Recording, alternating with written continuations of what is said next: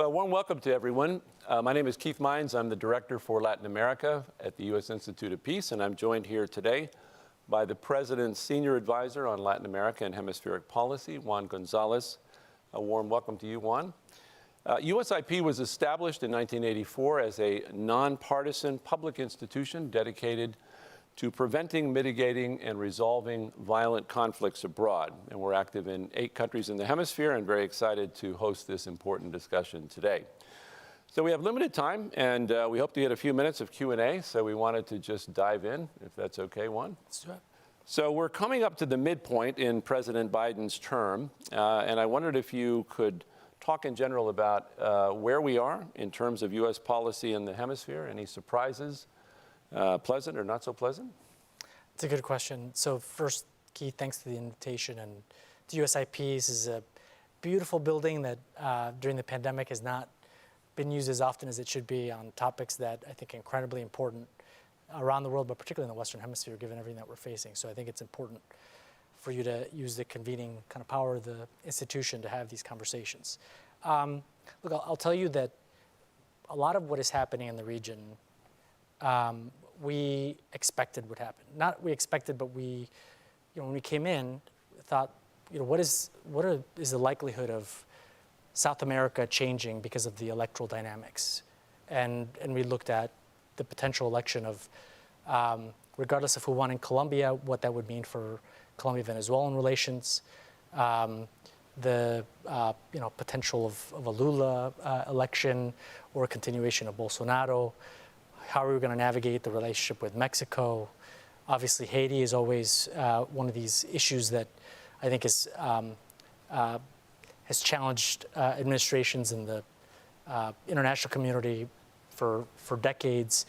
But what we came in was, the president's approach around the world was, number one, is really to focus on American renewal. And so combating the pandemic, the generational investments in infrastructure, we saw in the CHIPS and the IRA, the Inflation Reduction Act, as ways for the United States not just to strengthen itself economically, but really to strengthen its role around the world, and then developing partnerships and alliances to address a lot of these shared challenges. Why that's relevant in the Western Hemisphere is because when it came to the pandemic, or it came to the region, is combating the COVID-19 pandemic was probably our top priority, and starting with North America was our top priority because there's an acknowledgement that the United States would not recover if our North American partners did not recover. So we shared vaccines with them first. And since then have done, I think, depending on how you count it, over 70 million vaccines that we've shared with the hemisphere. Followed through when Jake Sullivan and I traveled to Brazil and Argentina last year. We were arriving in Argentina just as they were using Moderna vaccines to backfill for the Sputnik vaccine that was not delivered by Russia. So we've been able to, we were slow out of the gate. We were able to deliver on that. And then the summit, and I know you'll get to this, the Summit of the Americas and the planning for it in some ways was an opportunity not just for summitry, but really to align U.S. policy around core challenges and opportunities facing the Americas. And I know there was a lot of debate around who came and who didn't come, but when the cameras were off, the focus was on some of these core challenges that the hemisphere is facing. And the ideas that came out of it are ones that, for us, are a way to address these challenges in a coordinated way, and one that looks at the region less as one that either agrees or disagrees with us, and that's how we put people in the friend and enemy column, and more about how we address challenges to democratic governance, how we address some of this, like the once-in-a-century economic crisis that's facing the Americas as a result of the pandemic, and how we work to make sure that we're kind of revitalizing some of these partnerships in a much more complicated political environment that is, South America, Mexico, but I would say in the Caribbean as well, given a lot of the challenges that we're facing. Super. I wanted to follow up on 2 of the things you've mentioned. So one was this question about architecture for getting things done in the hemisphere. The summit is kind of a one-off every once in a while. We have the OAS.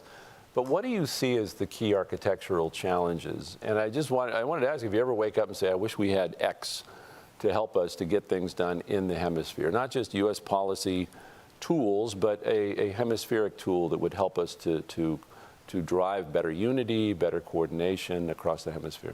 That's a great question, and one around the summit that we we debated the idea that international relations theory or geopolitics are ones that apply to other parts of the world and not to Latin America, I think is a wrong framework to use, and particularly now when things have changed so dramatically. But I think we've struggled, whether Republican or Democratic administrations, struggled to really move beyond counter-narcotics policy and migration as really the driving kind of policy priorities in the hemisphere, and couldn't help really to look at how our colleagues in Europe had a framework that was predictable, consistent, was across government to really deliver on outcomes. There are challenges in how the Organization of American States sometimes challenges tackle these issues as a consensus-based organization. It has, I think, won maybe even before the arrival of Chavez, but in the odd years has been one where the OAS has often been distracted by debates over, neuralgic issues that really do nothing for the people of the Americas, and we've been able to mobilize the OAS with other partners on issues like Nicaragua and other challenges, but it's been challenging to develop a similar kind of pace and cadence to cooperation like that one that we have in Europe, that we have in Africa, that we have in other parts of the world, where there are existing mechanisms that are robust and that really operate outside of politics. Maybe that's because in some ways Latin America policy is, it's difficult in that it's very intermestic, there are very huge domestic equities, but also it's much more, I think, political than other parts of the world. And so by definition, it's a place where it's hard to take the politics out of some of the considerations when you're trying to drive policy. How would I fix some of this? And I think that, at some points we were kind of brainstorming, do we want to have a Summit of the Americas every year to make sure that there's a leader's cadence? But for myself and anybody who's worked on these, how painful these things are, I wouldn't wish that on anybody. But we do need to have, I think, a regular place for the entire hemisphere to have these debates. And I think some countries in Latin America see that as SELAC. There are other organizations that have popped up. I think ultimately any sort of architecture needs to be measured by the outcomes that it produces, and that's something that, frankly, I agree, it has been challenging for us to do. That said, I think the United States remains the most powerful force in the hemisphere galvanizing action on shared challenges, whether it's on climate, whether it's on the pandemic. These are issues where it's the United States that can really drive this conversation. But we tend to focus on the G20 space, on the UN space, and that sometimes ignores very specific challenges that we face in the Americas that we don't face in other parts of the world. We're a region that is not at war, where kind of the refugee criteria that really are ones that allow organizations like IOM and others to do a lot of refugee work in other parts of the world are challenging in Latin America and the Caribbean, because the drivers of migration, for example, are not war. They're not war crimes. They're not the issues that really the international community is focusing on when it comes to specific issue sets like migration and refugee crises. Mm-hmm. Thanks. That's terrific. The second question that you mentioned, and that was this question of a pink wave that we're seeing across the hemisphere, kind of the trend toward the left. As I read it, it seems that there's just widespread discontent particularly among young people, and it's a very youthful hemisphere, on this issue of socioeconomic equality and on just being listened to. But I just wanted to ask you in terms of how you read that, how you see that, what are the opportunities, what are the challenges for the United States? We're in something of the same disgruntled mood ourselves, so it's not something that's a surprise to us. But how do you see that? And particularly, again, as the hemisphere moves more in an unconventional way, what are the tools that we have to be helpful where there's something to be moved in a positive direction? What are the challenges that's going to present to a kind of a staid American policy community that's done things the same way over the last 2 decades? Yeah, I mean, I think your assessment is correct, that it's not so much a pink wave, even though we have a tendency to do that. There's an article that comes every once in a while whenever leaders are elected about, is the region moving to the left? But if you look at just polls that we've seen, it really is about the electorate's overall dissatisfaction with their governments, where they feel like governments are working for a small elite, political and economic elite, that governments are corrupt, and they're not responding to the challenges in the way. There's, the embrace of democracy is still high compared to other parts of the world, but it's suffered. And so if that is kind of the key assumption that you make when you're thinking about policy responses, then really the way we need to think about it is how do we help make democracies deliver in the Americas? And I think that, and I'll speak to just some of the specific leaders, but this is, in the senior director job, you really learn about how government and how the White House kind of focuses on these challenges, and you see the competing demands on the national security system. I think in a way that even as a director, when I was here under the Obama administration, you don't see. And I think the conclusion that I think we need to come to, and I'm not originating this by any means, is that for the United States to be a global power, it requires stability and prosperity in the Western Hemisphere. And different administrations have taken different approaches to that. You could look at FDR's good neighbor policy. We've had a kind of about change in Mexico, whereas we intervene in that country. Pre-FDR, under FDR, it was a very different approach with the inception of the good neighbor policy. Cordell Hull went to Argentina, and we looked at an approach to really try to work in a constructive way with the Americas because there were global challenges that we are facing. You can look at Eisenhower and other different administrations. We've taken different approaches to stability. One's where we've, some good, some bad, I would say. But I think today it's a similar context to the one that was seen by Roosevelt, where challenges in Central Europe often lead to a realignment of U.S. policy toward the Americas because there's a recognition that we need the Latin American region to prosper and to be secure and to be stable for us to be able to play this broader, I think, leadership role. And so when we looked at that, the concerning signal is that, yes, there was this anti-incumbent trend in South America, but more so, there is a non-aligned movement trend in South America. And what that means is that it's not that they're going to pick one side. It's that in a much more constrained environment compared to the 2000s when the commodity boom allowed leaders to underwrite kind of foreign policy views, now leaders are constrained and they have to show that they can deliver. And right now it doesn't matter by how much you got elected. If you're not delivering on the goods, you're going to be seriously constrained. It may not be able to get reelected, or you may not be able to really finish your term. And so that to us is, number one, it's a clarion call to action about what we need to focus on.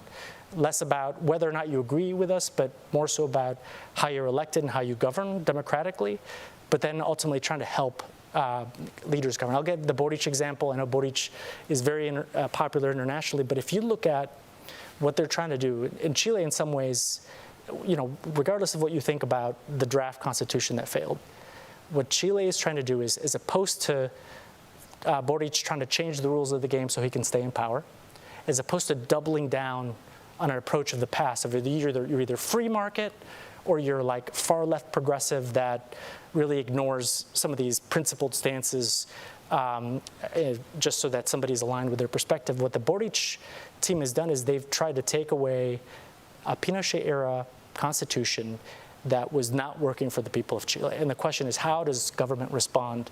And the experiment as a hemisphere that has been a 200-year-old laboratory for how to deliver in a democratic space, it is something that is worth watching, and the commitment by both conservatives and kind of progressives in Chile to definitely kind of put a new constitution should really be seen to all of us, frankly, here to the United States, that ultimately this is not about where you are on the political spectrum, but how you are delivering. And so, we'll talk to the Argentines, even though we don't agree with them. With Mexico, we have a lot of areas of disagreement, but we know that we have to try to find ways to work in a constructive way. Petro, and I've been quoted saying this, is 40 years ago, we would have tried to prevent him from arriving to office. And if elected, we would have tried to, totally scuttle his administration. But the Colombian people elected him, and we have to find a way to work with him, even if we disagree. I think that's what it is about. It's less about influence, about where we're aligned, but rather about how we really help make democracy deliver. And to the extent that we can do that and help stabilize Latin America and the Caribbean, it'll be something that'll have implications for our leadership around the world. So that's a great framing for a number of I want to go to some country cases if we could, and that's a great framing actually for those. So let's go to Colombia. You mentioned Colombia. Let's go to them to that now. So they've now elected a left-leaning president. It's a country that's been through a lot in the last few years. They got hardest hit by COVID. They had 1.7 million Venezuelan refugees come in. They've had an economic battering, and then violence is way up. So there's a lot going on there. But I wanted to focus a little bit more for us on the peace and security issue. And I just wondered if you could talk a little bit about how you read the new peace and security, total peace policy of the Petro administration, and where the U.S. can be helpful in bringing that to fruition, and where you might see any risks. Yeah, I know it's an important question. The first thing I'll say is that I think Colombian society is changing, right? Where I think there's the organizing principle for political parties in Colombia for a very long time was in opposition to the FARC and illegal armed groups. After 2016, that has started to shift and really into a Colombian public that even those that I think were opposed to the 2016 accord, Colombians, I think, increasingly want peace. And I think it wasn't that they voted for Petro, but that they voted for change, and Petro really captured, I think, the desire of the Colombian people. Question now is, how does he deliver, and how we kind of work with them in a country where we have enormous national security interests. The first approach is we've engaged them early, had very candid discussions in a very discreet way about areas where we said, look, you want to really implement Article 4 of the 2016 Accord, meaning responding to marginalized communities, and we've said we are there, and we're going to try to do everything we can. USAID in that regard is our best calling card. On counter-narcotics, we've said, look, we don't agree on some of your elements of your approach, and we're going to want to keep talking about this, but let's take an objective approach to really what works on counter-narcotics, and not take kind of political positions that may speak to a political base, but really like focus on outcomes. And that has been a constructive conversation. The Colombians were here on Friday. They recognize that we need to figure out how to advance this approach, and we know that counter-narcotics policy is one that needs to evolve, and in some ways the Biden-Harris administration has already been leading that effort. Transitional justice is complicated, and certainly the balance between kind of reconciliation and justice is one that really only is for the Colombians to decide.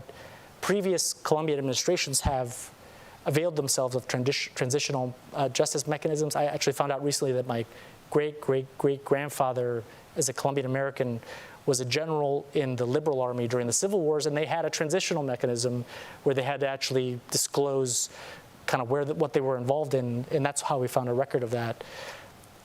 But the decisions about, for example, extradition policy are really policy decisions on behalf of the Colombian president. How we react to those is also a policy matter, but never has a country abrogated its international claims. And so extradition claims and our judicial claims will remain. And it's a question of how we manage those in the way that we did with Uribe, we did those with Santos, and we've agreed to keep talking about those. The most important thing is we've agreed to make sure that we debate and argue over areas of disagreements in a way that is respectful and outcome-oriented, and one where we recognize that there's significant congressional equities around the Colombia issue, and we have an interest in maintaining kind of a bipartisan focus on Colombia. It's not going to be an easy conversation because counter-narcotics policy does have to evolve, and we need to focus on really like proven outcomes, not just let's not just do what we used to always do because it's what we always used to do, which is the tendency on some of these issues. And so this may be an opportunity to actually do something that is effective. The other point I'll say is that Colombia's counter-narcotics policy is a regional challenge.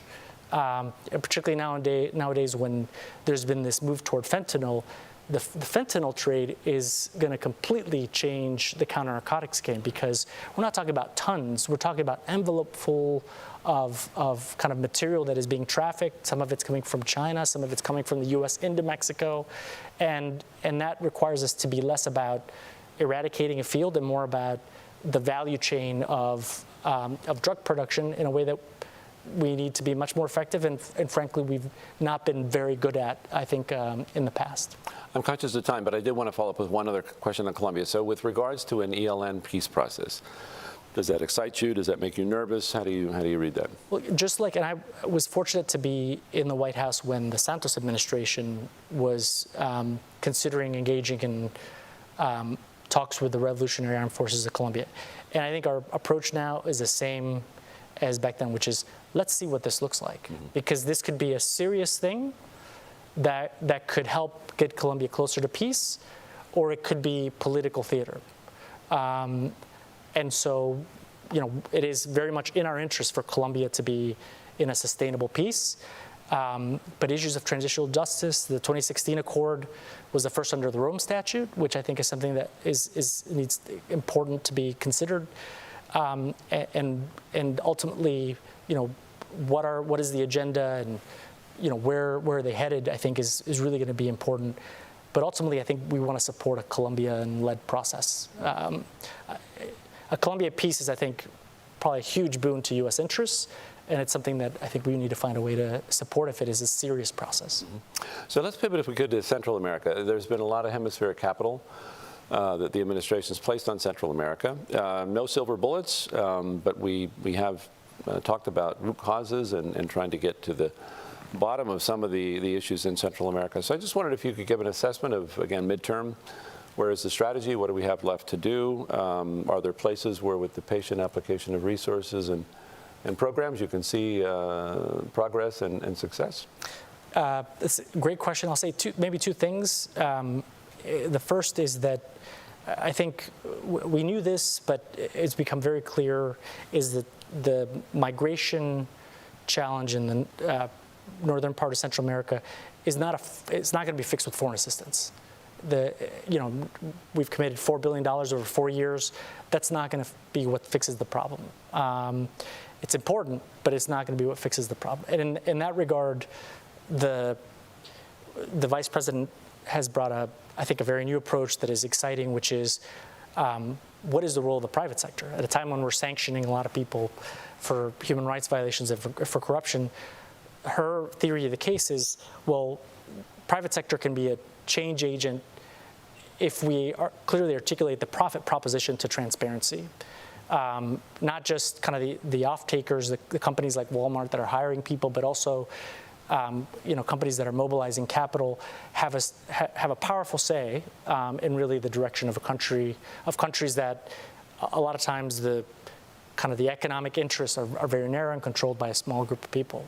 And so, she's mobilized billions of dollars in new investments, and that I think is exciting. The second, I think, lesson learned is that there's you don't address, an issue that I think even predated the Cold War with, in one administration. And I think we saw that when those of us that were working on this issue in 2014 and saw that in Guatemala, for example, you had civil society, you had the private sector, you had political actors really had this groundswell against corruption in a way that I don't think I've ever seen in Guatemala. It was really exciting to see that kind of new culture of anti-corruption developing, but tragic to see how quickly that could go away under an administration before us that did not care about combating corruption.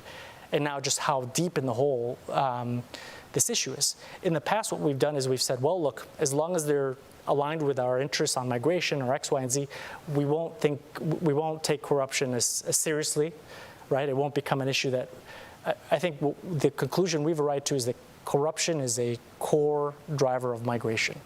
And that I think that it is something that we can't really have a choice between countering corruption and countering migration. We have to be strategic about about both. And frankly, I think the vice president's approach has been novel in its regard. But you got to measure success in realistic terms, and you can't.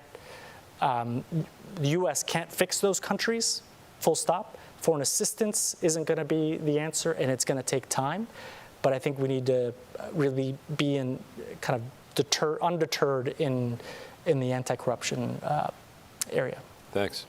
Well, I mean, we're hitting all the hard cases, but I mean, if we were auto mechanics, we don't get paid to fix cars that are already running well. So I'm going to keep going down that line if I could. So an observer said once of Haiti recently that everything's been tried, nothing has worked. There's kind of almost a sense of despondency over Haiti, which is for many of us that have worked on Haiti for years, is a little frustrating.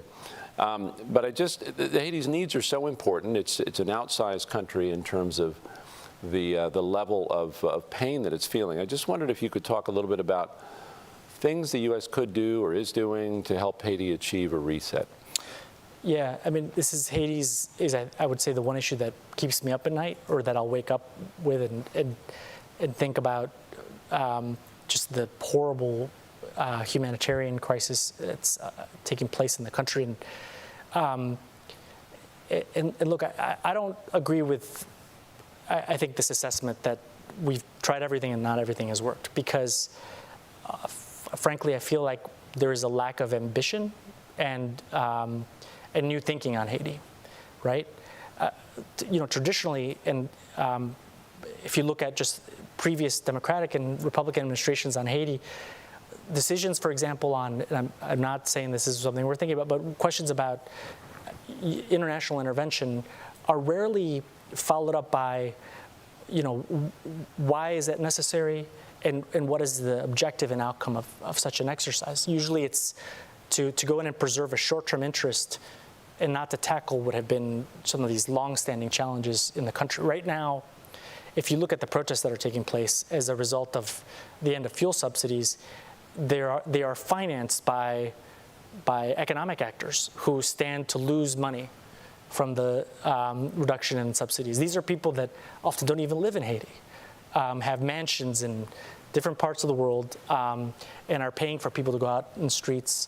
They did the same with Moise, and they mobilize whenever their economic interests or preferential arrangements with governments are at a time when people are literally starving to death. And the approach we've taken has been, number one, at a time when there's really not much legitimacy to go around, is to not put our finger on the scales for any one group or actor, but rather to focus on trying to promote a broader dialogue and agreement among different political actors, economic actors, civil society, including the Montana Group, which has some, I think, great ideas that they've put on the table. And that also helps because the politics in Haiti often result in violence, is making sure that dialogue is a central element of our approach, is one that has helped preserve a modicum of stability.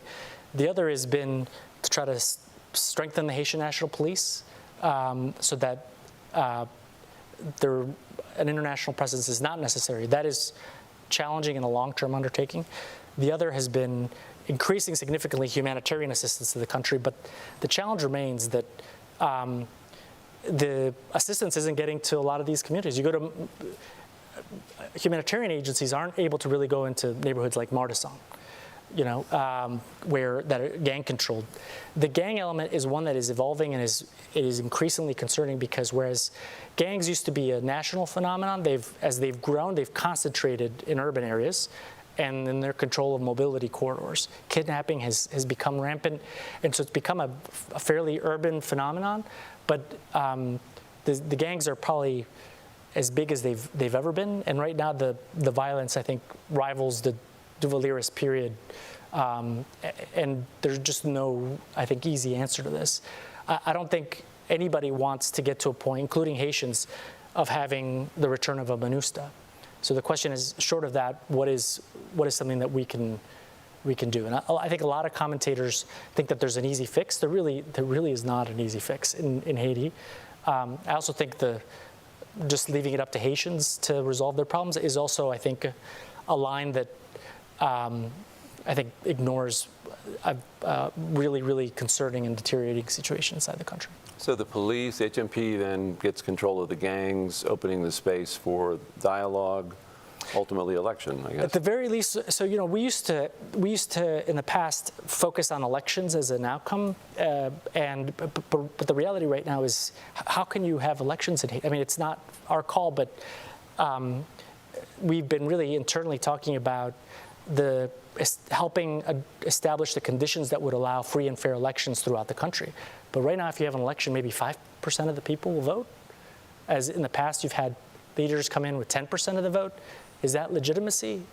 So, I mean, I'm sorry to break it to folks, but there is not going to be any, I think, approach that is going to lead to a short-term solution or help for Haiti. No amount of assistance, but that for us is, I mean, we're undeterred, and the president gets regular updates.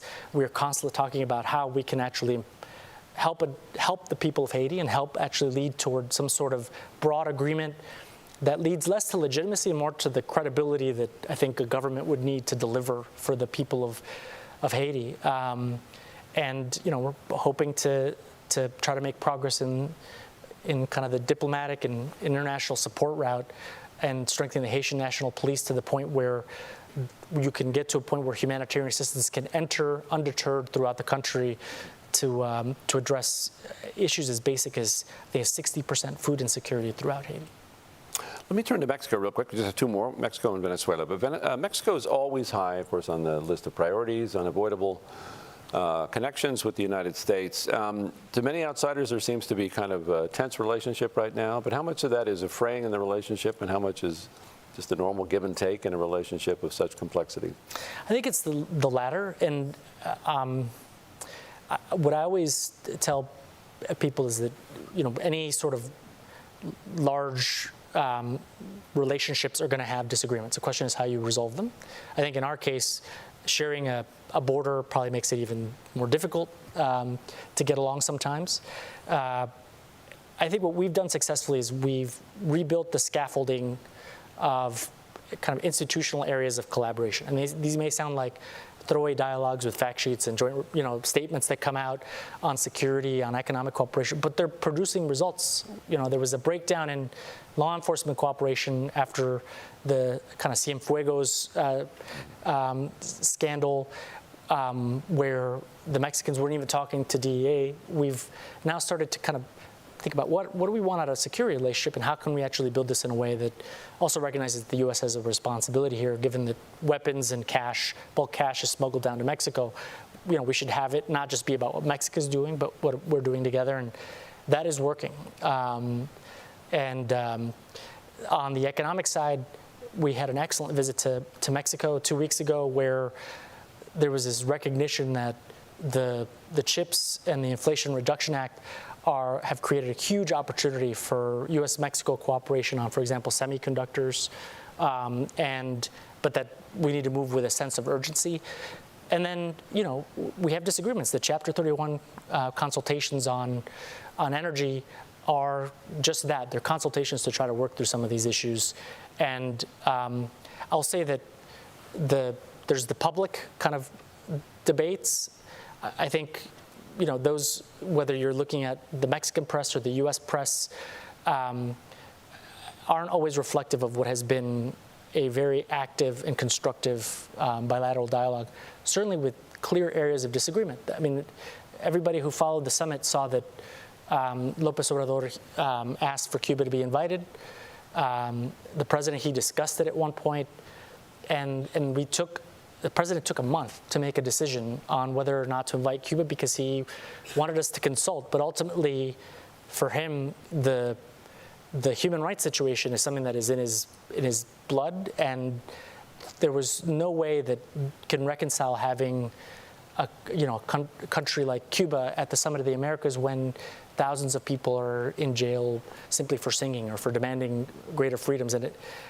And so he finally made that decision himself, and we told Mexico, look, we still want to get along and we want to work with you, but we disagree on this issue, and intentionally invited AMLO up to Mexico or to Washington to show that we can disagree and still work together on things. And I think I think that's been borne out by the outcomes of the relationship.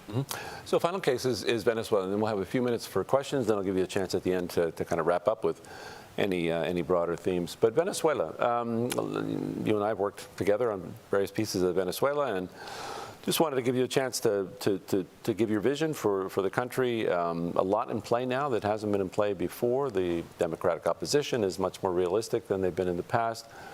There is some democratic space that Maduro has allowed for them to work in. Oil is more interesting than it's been in the past because of the Ukraine crisis. So there's a few things in play. But I just wanted, in terms of looking ahead to 2024, which is the next Venezuelan election, do you see a path where there could be enough operating space for the opposition to actually give it a go and for there to be kind of a good enough election? Well, I mean, it's a great question. I would point to just the election in Barinas as an example of how, with everything stacked against them, the opposition still won, right? And so that to me shows that if the electoral field is leveled, that that ultimately Venezuelans will choose a different direction. But our approach has been, I think, to not make the mistake of thinking that we're actors inside of Venezuela, and that there are things that we can and there are things that we cannot control. And that ultimately, it is a dialogue that is led by Venezuelans that really, I think, will over time lead to the outcome where I think free and fair elections allow political actors to compete for power, as we do here, as we do in other parts of the world. We also know this regime very well, and know, how it operates, the criminal elements in it. And so in that sort of environment is not, I don't think it's subject to the normal puts and takes of a negotiation between two political actors when one is deeply involved in criminal activity and is not interested in negotiation. So our approach has been, number one, is to internationalize the Venezuela challenge. I think the Lima Group process was, countries signed up for the Lima Group process when they thought that we had a plan, and unfortunately, I think, found out that really was about the politics of Venezuela and not really about the outcomes. And so what we're trying to do now is expand the international consensus in favor of democracy in Venezuela, trying to get as many countries involved in a focus that is a Venezuelan-led dialogue. And we have been very clear that as it relates to sanctions policy, we are prepared to alleviate sanctions on the basis of progress at those talks, and we will re-implement those sanctions if there is regress or if there's an absence of talks. We have not imposed new sanctions on Venezuela since we came in, for a couple of reasons. Number one is that concluded that no additional sanctions would change the status quo and may actually close the space for dialogue. But at the same time, law enforcement actions have continued unfettered. We saw the kind of seizure of the Venezuela plane in Argentina, the Alex Saab case. Those have been very clear law enforcement efforts consistent with the Verdad Act that was signed or supported by nearly 20 Democrats and Republicans has really been the approach we've tried to follow. Will they return to the negotiating table? I'm optimistic they will. Will they stay there? I don't know. And so anything that we do on the sanction side, we're going to limit and we're going to put a time to it so that if talks fall apart or they delay, we will re-implement those sanctions. And that really, I think, is a formula that may not lead to a perfect election in 2024, but I think any steps that we can take in that direction are important. The final point I'll say on Venezuela, and I'm sure folks will have other questions, is if you look at the number of Venezuelans that are arriving at our border today, 40% of those are coming directly from Venezuela. They're not coming from the over 2 million that are in Colombia, the kind of roughly 6 million that have left that country since 2014. Venezuelans are still leaving that country in enormous numbers. And so it is in our interest to ensure that economic and political stability return to that country as a way to addressing I think, fundamentally the migration crisis. Unilaterally lifting sanctions is not going to fix the problem because even though some have made that call because what it does is it goes straight into the pockets of again, actors who really have no interest or have demonstrated that they don't really care that people are leaving and risking their lives to walk here to the United States. So again, our approach has been try to take a multilateral approach and a very clear calibration of sanctions that really is tied to talks. Super. Great. Well, we've covered a lot of ground. We've got about a little more than 5 minutes for questions. We wanted to favor the audience first, so we'll go to a few questions here. Miriam's got the mic, and then we may be able to take a few from online. But let me start with Jose. Sorry. Yeah. No, I'm sorry. Thanks. Hi. Thank you. 2 questions on Central America. One, what do you think of your strategy? Is working your strategy on Central America? Is failing? Do you think that you need to review your strategy, your whole strategy, do the democratic backsliding in the region? And the second one is, which is the administration position on the announcement that President Bukele just made that he will seek for re-election, despite the explicit ban of re-election in the Constitution of El Salvador? Yeah, I mean, so we're constantly reevaluating our strategy. I mean, strategies need to evolve over time, and we are constantly kicking the tires on our approach. Often, what we'll do is we'll calibrate on how public do you want to be on certain things, and how do you preserve a space for dialogue directly with the government. And so we're constantly reevaluating it, recognizing that the United States is not going to, I think, over a 4-year period or a 3-year period or a 10-year period, going to address what are deep, I think, challenges and embedded, I think, corruption that countries like Guatemala have. But we continue to believe that is the right approach because I think in the past we have deprioritized combating corruption, I think, to our peril. On Bukele, look, as I mentioned at the beginning, as leaders struggle to govern, there's this instinct to try to change the rules of the game to stay in power. I'm not an expert in the Salvadoran Constitution. I think there have been really a lot of, I think, on either side made arguments that this is legal and this is not legal. I think fundamentally it is about the tools for effective democratic governance, and I think those are ones that have concerningly been breaking down in El Salvador. The justification that popularity justifies means is really the same argument that Hugo Chavez made in the late 90s, and is not the right argument when you're talking about, I think, addressing the challenges of governance. That said, man, like the El Salvadoran people are ones that we have a long-standing relationship with, and that, notwithstanding disagreements we may have with the Bukele government, we need to be present, and we need to be engaging with the government, engaging with the people, engaging with the private sector on these sorts of issues. Thanks. Let's stay in this cluster right here. Jeff?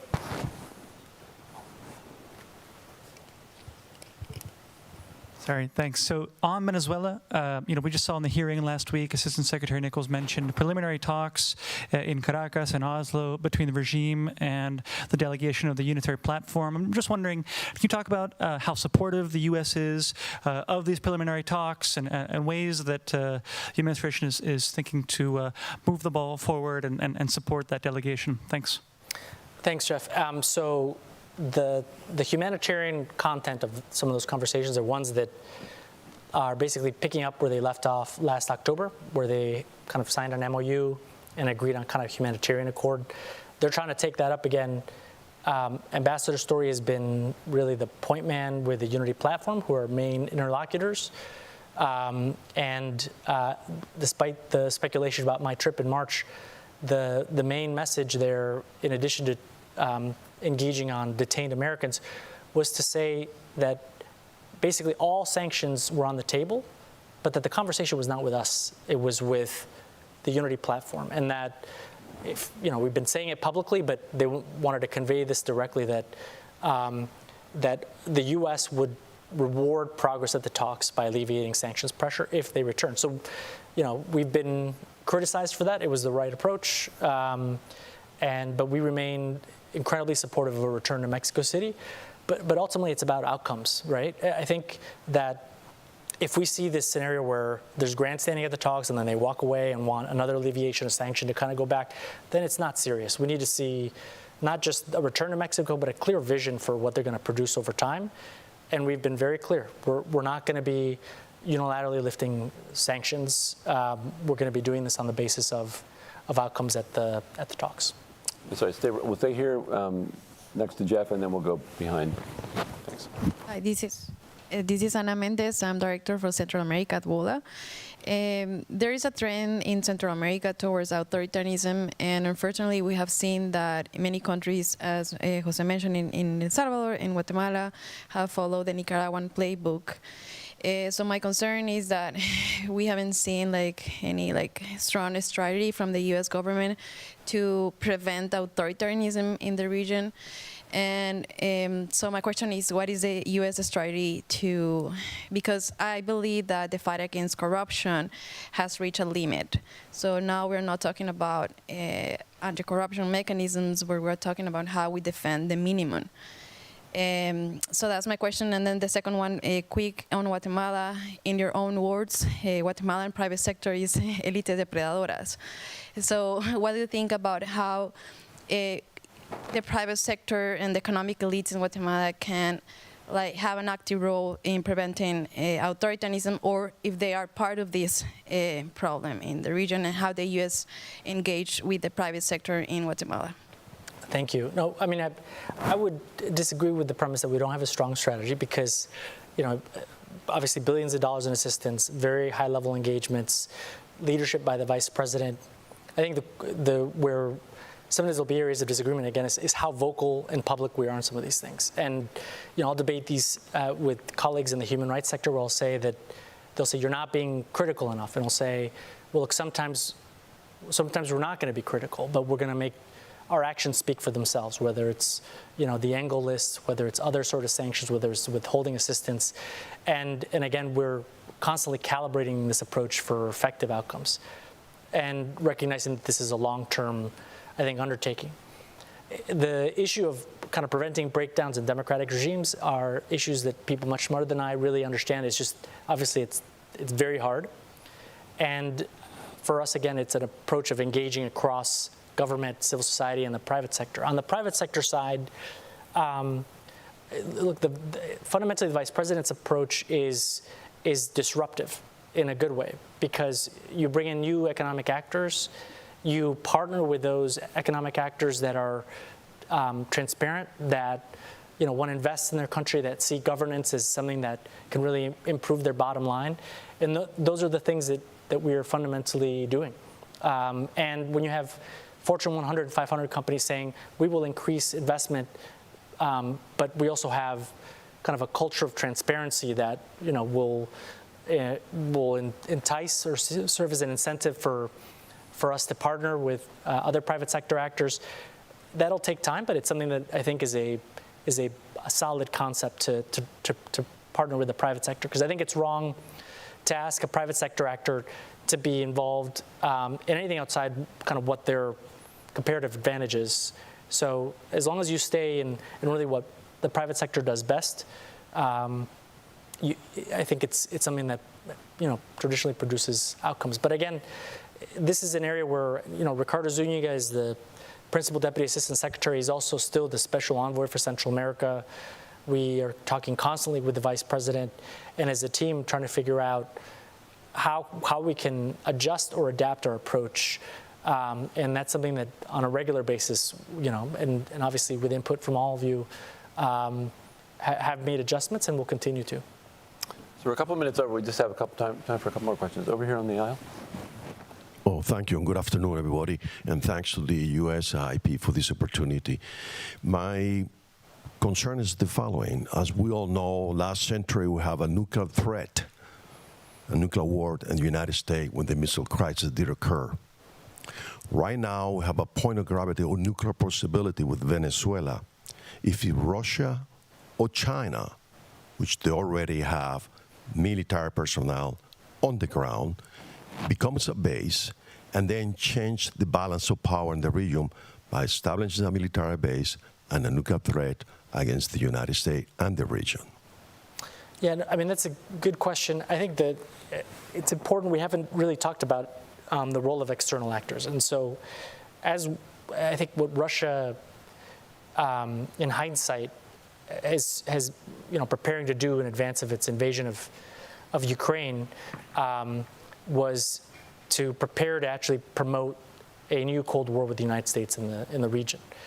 And I think China's been active economically, but I think more so Russia has, I think, tried to shape the debate about their justification for the invasion of Russia, what the role of the United States is. And I think, frankly, I'm more concerned about Russia and Nicaragua at this particular moment than I am about Venezuela and Cuba.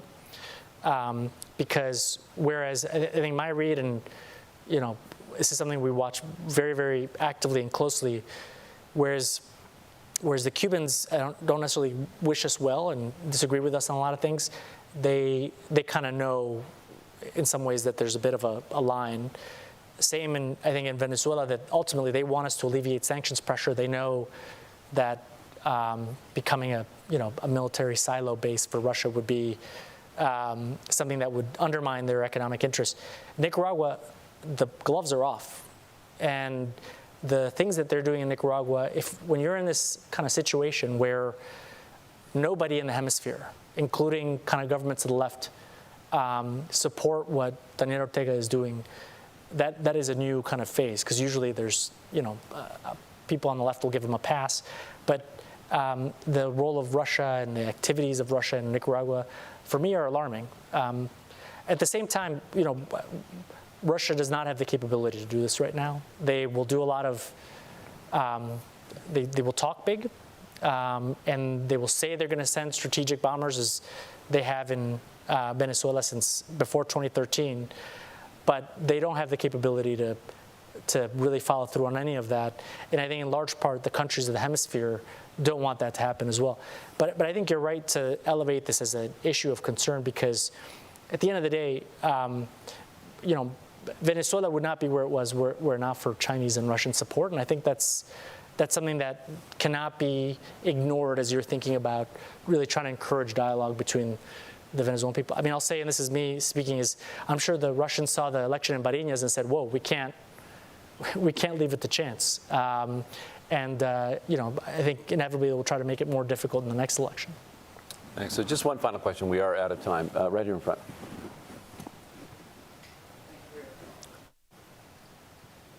Okay, thank you for your remarks. My name is Sebastián Albuja.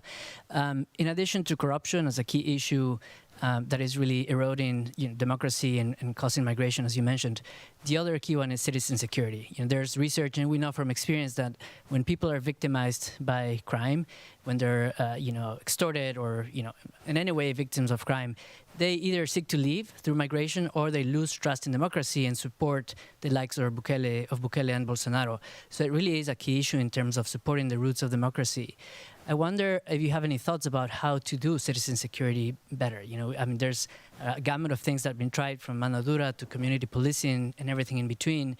And so I don't know if you can elaborate on our strategies for that. Yeah, I mean, we have a tendency to kind of default to support for the military, and I think well-worn path about the importance of civilian security institutions.